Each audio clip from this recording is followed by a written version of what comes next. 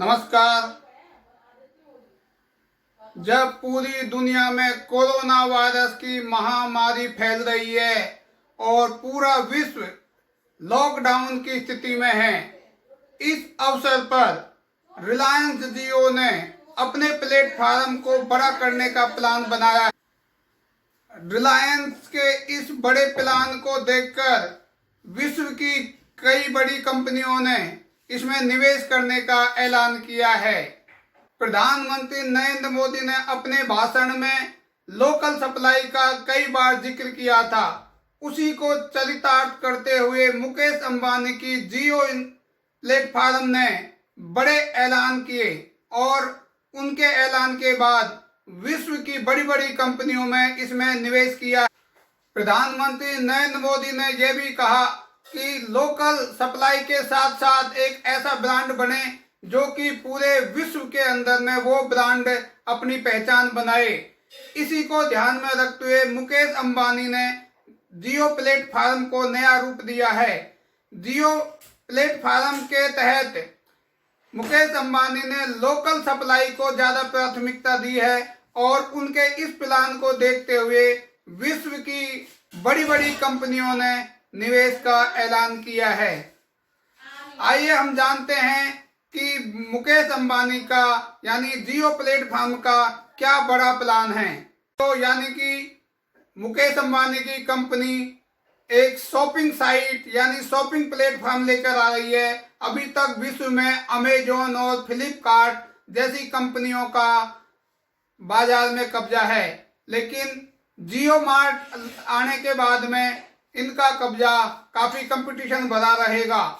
इसी को ध्यान में रखते हुए मुकेश अंबानी ने अपनी कंपनी को लोकल मार्केट से जोड़ने की रणनीति बनाई है। क्या होगा इसमें? मुकेश अंबानी की कंपनी जियो मार्ट कॉलोनी की छोटी छोटी दुकानदारों को अपने साथ जोड़ रहे हैं और साथ ही क्षेत्रीय जो स्थानीय जनता है, स्थानीय ग्राहक है, उसको सप्लाई करने की एक चेन खड़ी कर रहे हैं, जिसके तहत ग्राहक को उसको घर बैठे ही उसका सामान मिल जाएगा। लॉकडाउन की स्थिति में यह आज जरूरी भी हो गया है कि सोशल डिस्टेंसिंग का जो है वो बनाए रखना चाहिए और ग्राहक को उसका सामान उसके घर पर ही पहुंचा दिया जाए, बिल्कुल नजदीक की उसकी दुकान का। बस यही एक रणनीति है जो जियो प्लेटफॉर्म पर जियो मार्ट के तहत होने वाला है। विश्व की बड़ी कंपनी फेसबुक ने भी रिलायंस जियो के अंदर में अपना निवेश का ऐलान किया है और एक बड़ा निवेश लेकर वो रिलायंस से उसने हाथ मिलाया है।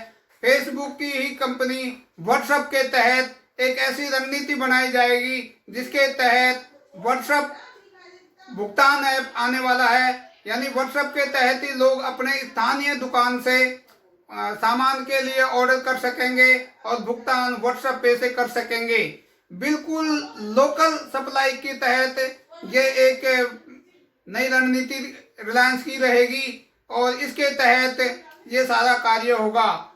इन सब के साथ में रिलायंस जो है प्रधानमंत्री नरेंद्र मोदी की लोकल सप्लाई और अंतर्राष्ट्रीय ब्रांड के रूप में एक स्थापित होने की लॉकडाउन के समय में यानी आपदा के समय में अवसर को एक बड़ा रणनीति बनाकर पेश कर रही है।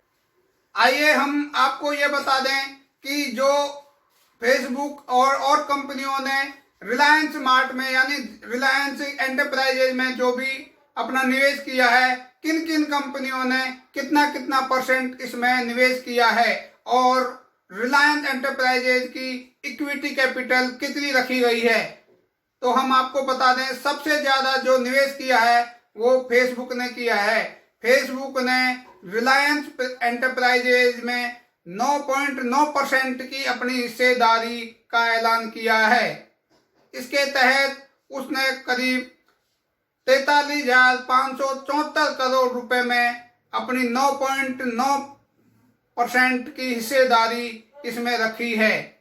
रिलायंस की जो पूरी कैपिटल है और जो किस किस सेक्टर को रिलायंस ने अपना इक्विटी पूंजी में इक्विटी कैपिटल में शामिल किया है, उसमें रिलायंस के जियो सिनेमा और रिलायंस जियो डिजिटल और सावन जैसी कंपनियों को इसमें शामिल किया गया है। अब हम आपको विस्तार से बताते हैं कि किस किस कंपनी ने कितना कितना परसेंट इसमें हिस्सेदारी खरीदी है। लगभग अभी तक 4 कंपनियों ने इसमें हिस्सेदारी व्यक्त की है। सबसे पहला 9% यानी 9.9% की हिस्सेदारी 43,574 करोड़ रुपए का फेसबुक ने इसमें निवेश का ऐलान किया है। ये कंपनी जिसने निवेश किया है स्टा इक्विटी पार्टनर ने, जिसमें 2.32% की अपनी हिस्सेदारी की है। विस्टा इक्विटी पार्टनर ने इसमें 11,367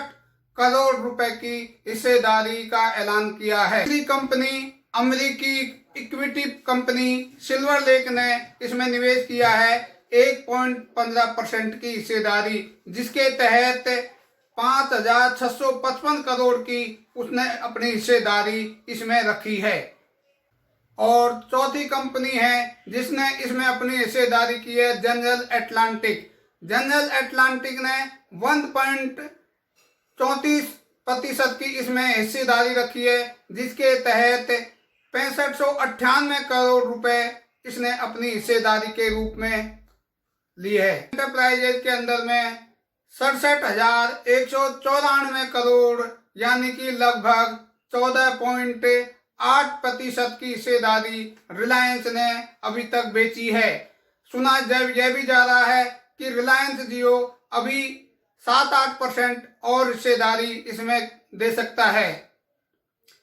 इस तरह से रिलायंस के अंदर में यह निवेश हुआ है और आने वाले समय में रिलायंस एक बहुत बड़ी कंपनी पूरे विश्व के अंदर शॉपिंग के क्षेत्र में, बाजार कंज्यूमर आइटम के क्षेत्र में बनकर उभरेगी और आने वाले समय में रिलायंस इसमें लगभग 7-8% की हिस्सेदारी और बेच सकती है। तो इस तरह से भारत के अंदर में प्रधानमंत्री नरेंद्र मोदी ने जो घोषणा की थी और अपने भाषणों में बार बार जिक्र किया था कि हमें लोकल सप्लाई को ध्यान में रखते हुए अंतर्राष्ट्रीय ब्रांड बनाना चाहिए, अंतर्राष्ट्रीय मंच पर हमें अपनी सेवाएं देना चाहिए और मेड इन इंडिया का जो हमारी रणनीति है उसके तहत काम होना चाहिए। और रिलायंस इसी क्षेत्र को देखते हुए, इसी निर्णय को देखते हुए प्रधानमंत्री मोदी के जो एजेंडा है उस पर काम करते हुए अपनी ये नई एंटरप्राइज है ये चलाने का इन्होंने रणनीति बनाई है। जियो मार्ट के आने के बाद शॉपिंग, ऑनलाइन शॉपिंग की जो कंपनियां हैं अमेज़न और फ्लिपकार्ट जैसी कंपनियां, इनसे कड़ी टक्कर होने वाली है। और जियो के तहत जिस तरह से मुकेश अंबानी अपनी छोटी छोटी दुकानों को लेकर अपनी चैन श्रृंखला बनाने, सप्लाई श्रृंखला बनाने के लिए जो इनकी रणनीति है उसके तहत पूरे देश में इसको एक भारतीय कंपनी के रूप में स्थापित करने की रणनीति के तहत इसको बताया जा रहा है। आप इस बारे में अपनी क्या राय रखते हैं हमें कमेंट बॉक्स में जरूर बताएं, साथ ही बेल आइकॉन को भी जरूर दबा दें। नमस्कार।